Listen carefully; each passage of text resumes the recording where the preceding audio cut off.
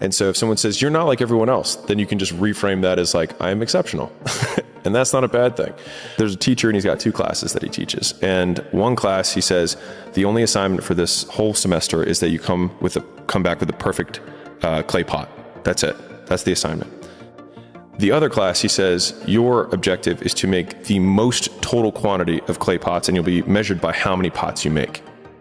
And at the end of the quarter, the pots that came from the team that had to just make sheer volume, not only did they make more pots, but the quality of all of their pots was better compared to the teams that only had to make one.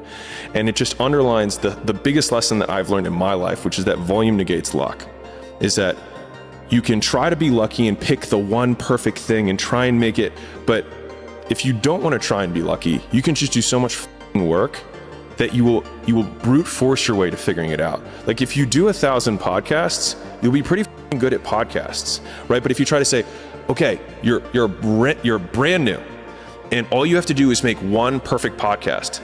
The problem is that you don't have the perspective from which to make a judgment to say what is good.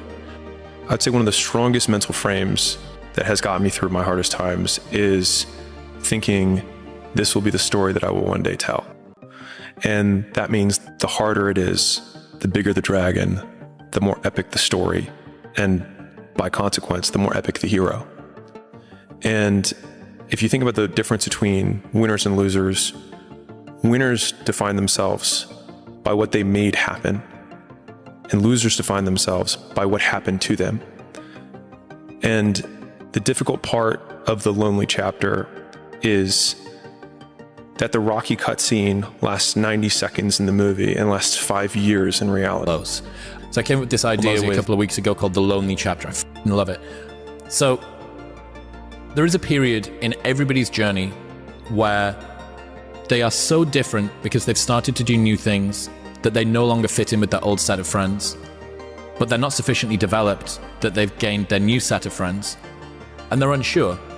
Should I go back? Should I lean back into getting a bag in with the boys on a weekend? Is that the highest, way that I can live my life passion forward? Because that's what everybody else does. And all of my friends are taking the piss. Oh, not drinking again. Too good for us, are we? Not going out again this week. Oh, okay. Well, enjoy staying in home and reading. Fucking nerd. So you're going to feel the pain of being ostracized from the group of friends that you used to have. But you're stuck in this messy middle where you haven't yet worked out who you are on the other side of this. And that lonely chapter that's in the middle is something that I would say almost nobody that I've ever met who has gone from a place where they are to a place where they want to be hasn't gone through.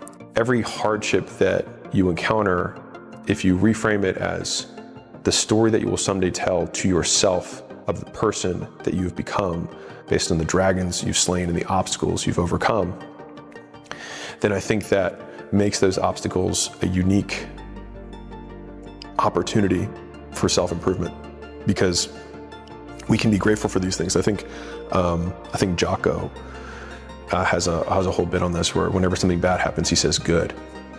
And I think it's a great trained response, because if something bad happens, my trained response isn't good. It's, I will tell this story someday. And so I think if you have that frame, then everything serves you. Because if something good happens, cool. If something bad happens, it'll be a story that I will someday tell. Because it assumes that you will live through it. And it assumes that you will eventually figure it out. And so then you can't lose, as long as you don't quit. The one companion that's always going to be with you is yourself. And I think the first thing we have to do is we have to get ourselves to the point where we don't necessarily need a companion. It's not ideal, but it's doable, and sometimes it beats the alternative. But sometimes we choose less than ideal companions because to us that beats the alternative of not having any companion. And the reason why we cannot face the concept of not having any companion is because we're not comfortable with ourselves as a companion. Sometimes in life when everything's going great for you and you don't know good from bad, you need to experience a little rain sometimes so you can enjoy the sunshine again. oftentimes, if it doesn't go our way, we don't see it as a blessing, right? If something happens, an experience, if it doesn't go the way we want it to go, oftentimes we don't consider that to be a blessing. But some of the greatest blessings in our lives are things that didn't turn out or work out the way that we wanted it to. And so all of a sudden you're sitting there and you're thinking, man, I thought my life was together. Now it's in shambles at my feet. No, it's not. No, it's not. It's not. It's all right. It's all right. You're not supposed to have it together. All right. Those who go to college, get out of college, get a job, and stay in that job until they retire, then retire and buy property down in Florida. That's an anomaly. That's not normal. It happens, but it's an anomaly. And most of those people, they might be really good people, but they ain't got cool stories to tell. And you don't get wisdom. You don't get wisdom past a certain point by living that life. The biggest thing you have to do is shut off technology. You have to go dark. And what I mean by that is you have to be quiet in your mind. Get away from people. We love being around people. We love talking. We love parties. It's okay to be alone. It's okay to be unhappy sometimes, man. So you gotta go to the truth first. Who are you? Get really accountable and say, okay, who am I? What's the truth about me? Get to that dark place in your mind. Figure out, it may take months, it may take years. Figure out your purpose. Figure out what you want to be in life. And then from there, okay, I have my purpose. It may take a long time. No one knows their purpose because it's too loud. I think it's just giving yourself permission to suck. It's giving yourself permission to be unhappy. It's giving yourself permission to not achieve while you do for a long period of time. It's giving yourself permission to lose friends. It's giving yourself permission to do things that's different than people in your social circle or your age group are doing. It's giving you permission, giving yourself permission to be an exception so that you can become exceptional. So now you know why there's so many people that fail in this world. You create your own self. Most people are missing something because there's so much trapped in there. I don't even want to say potential. I think that's word used out too much too. There's so much in you that God or wherever the hell you believe in, or if you're an atheist, in you that you have not unlocked. That you walk around with this gorgeous wife or great husband and all this money, you're like, God, I feel like I'm missing something. Yeah, because it's about 75% of you is still in there. Still chained up because you just didn't want to find your willpower. Didn't want to find your soul, your will, your heart, your determination, your guts, your courage. You're not supposed to have it all together. You're not expected to have it all together. Anybody looks at you and says, hey man, what's wrong with you? How come you don't have everything figured out? They're a fool. Knowledge and experience and wisdom takes time. Wisdom comes from experience, and experience takes time. The more experience you have, the more you learn from that experience, the wiser you can get. If you haven't lived long enough to have a broad enough portfolio of experience, then you can't expect to have knowledge and wisdom. If you had to create a human, what would you put them through to make them tough? It probably wouldn't be a really chill life. Yeah. What would you put them through to make them patient? You probably wouldn't give them things immediately.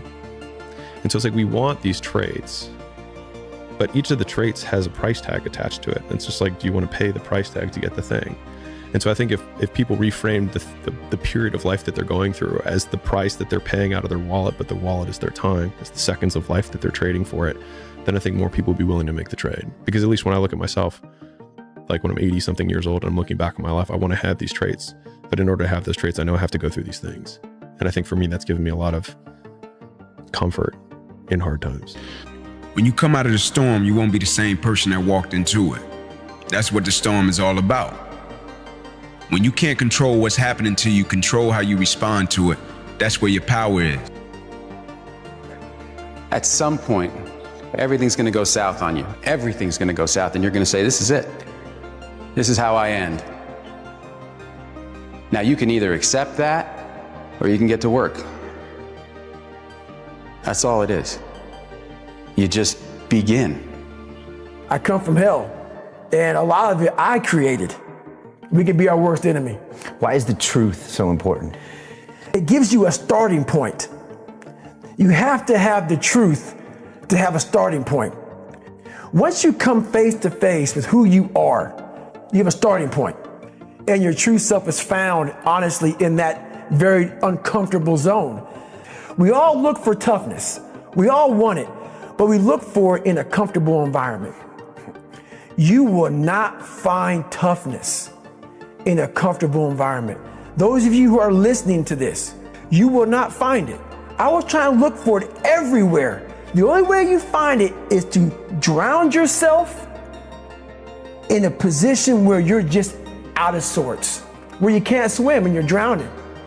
Where you're drowning. You're drowning in life. But you say, you know what, man? That. No, you have to hit rock bottom. That's the way up. Mm-hmm. Yeah, rock bottom is beautiful. The struggle of coming back is beautiful. That struggle. It doesn't appear like it's beautiful while you're going through it, but it's just being tested. And without a test, there's no testimony. Life tests you. Sometimes life annihilates you. But it's only up to you if you want to take some more. It's going to dish it out. But eventually, if you don't quit, it'll be merciful to you. You can't drive your car looking in the rearview mirror. You can't. If you keep looking in the rearview mirror, you're going to keep crashing your car. There's a reason why the rearview mirror is this big and the windshield is this big. That's a reason for it. Because all the rearview mirror does is allows you to see what you've passed and to prevent what you've passed from coming up on you again. That's all the rearview mirror is for. The windshield is your future. It's where you're going. It's where you're headed. The superpower of learning to be alone and enjoying it. Well, I think it's critical, and I do think that these times where you just think about things, just be alone and think about things, are so rare these days. And I think during those rare times is when you really get to understand what you actually believe or don't believe. Too long in my life, I wanted to be accepted. Growing up, I lied, I fucked what I could, be my friend, be my buddy. That weak ass shit. I found out through this path of life, who is David Goggins? Who am I? So going through I did it alone. There was no trophy on the wall, on the mantle. That trophy's in my brain. No one helped me get there. No one paid my bills. No one did for me. No one ran those miles, lost that weight, went through it. I suffered on my own and developed this man who said, it's who I am, man. A very competitive, ultra competitive dude that take it what you want, man. You start putting yourself in situations that suck, you'll find yourself. Idea of the lonely chapter resonates so much with people because it literally is like taking the red pill. If you see this version of the world where you go, I can impact my outcomes. I can learn a thing, apply a thing, and then I change as a byproduct of doing that. As soon as you take those steps, you realize almost all of the people around you who have parts of their life that they're not happy about are kind of making a choice for it to be that way. And then you go, oh, that means that all of the things I don't like about me and I don't like about my life are my responsibility because I can change it. The more time you spend alone with yourself, the more time that you will be able to understand who you are. When I mean understand who you are, I'm talking about without any outside interference, without any friends, without any peer pressure of wanting to be like someone else. The more time you spend alone, you're going to figure out, okay, what your purpose is. And I say that because of this. God will talk to you. You start seeking in those moments of not having any outside distractions. What happens is things become clear. Clarity sets in. and you're able to make decisions not based on what you saw that day or what you heard that day or what that person may have said to you. You're able to make decisions based on how you feel internally. You know, sometimes your mind plays tricks on you. It can tell you you're no good, that it's all hopeless. But I've discovered this. You are loved and important, and you bring to this world things that no one else can. So hold on. You're not where you want to be. You feel like you're supposed to be somewhere else. You said it. Well, say you could snap your fingers and be wherever you wanted to be. I bet you'd still feel this way. Not in the right place. The point is, you can't get so hung up on where you'd rather be that you forget how to make the most of where you are. What are you telling me? Take a break from worrying about what you can't control. Live a little. Live a little. Don't underestimate the hole your absence would leave. You know, each of us, we're remarkable creatures, and we have something to offer to the world, to our people we love, to the world at large. It's our responsibility to make that manifest, and we move a little farther away from paradise every time that doesn't happen. Really. You be that warrior in that garden. And you stand strong. You be a strong man. You be a good man. And you just let the world rage around you. Like everyone else, you want to learn the way to win, but never to accept the way to lose. To accept defeat, to learn to die is to be liberated from it. So when tomorrow comes, you must free your ambitious mind and learn the art of dying. There's this thing about people, and they talk about manifesting. It's f***ing real, man. Manifesting is real. When you figure out who you are and what you want to do, and you devote your life to it like a maniac, like you're all in on this thing, and you manifest, most of these people end up, you know, doing what they say they're going to do and being who they say they're going to become. And there's no excuses, there's no days off, there's no, not willing to grind and, everybody's against me and this didn't happen for me because of this and that and all this whining, puss-ass bullshit that a lot of people do these days. It's these people who dive in and they're hardcore and they're focused and they know what they want, they know who they are, and they lay out these short-term goals and this roadmap on how to get there. Most of those people make it. Run it. It's all in your mind. Whatever you hold in your mind will tend to occur in your life. If you continue to believe as you have always believed, you will continue to act as you have always acted. You will continue to get what you have always gotten. If you want different results in your life or your work, all you have to do is change your mind. Helen Keller was once asked, what on earth will be worse than being born blind? She said, it would be so much worse to be born with sight, but no vision. Why can't we have cures for every disease known to man? Why can't we have clean water, food, education for every person on this planet? Why can't we have peace on this planet? Why do we have to die to go to heaven? The earth is already in space. We can have heaven right here, right now. Just a shift in this. Why not? You don't have forever, right? So what is important to you? Because you only have 24 hours in a day. So what's important to you? Find out what that is and do more of that. And try to figure out like how to make enough money so that you're not starving, that you're doing well. But don't just chase that. Chase what you're trying to do. Today, I'm no longer being a loser. Today, I'm gonna change my path. I'm gonna get on the path of success. I don't care how long that road is. I'm gonna see it through no matter what. Because you know what? I've been living enough years in this hole, and I don't wanna be here anymore. one of the most important things, never, ever quit. Never quit.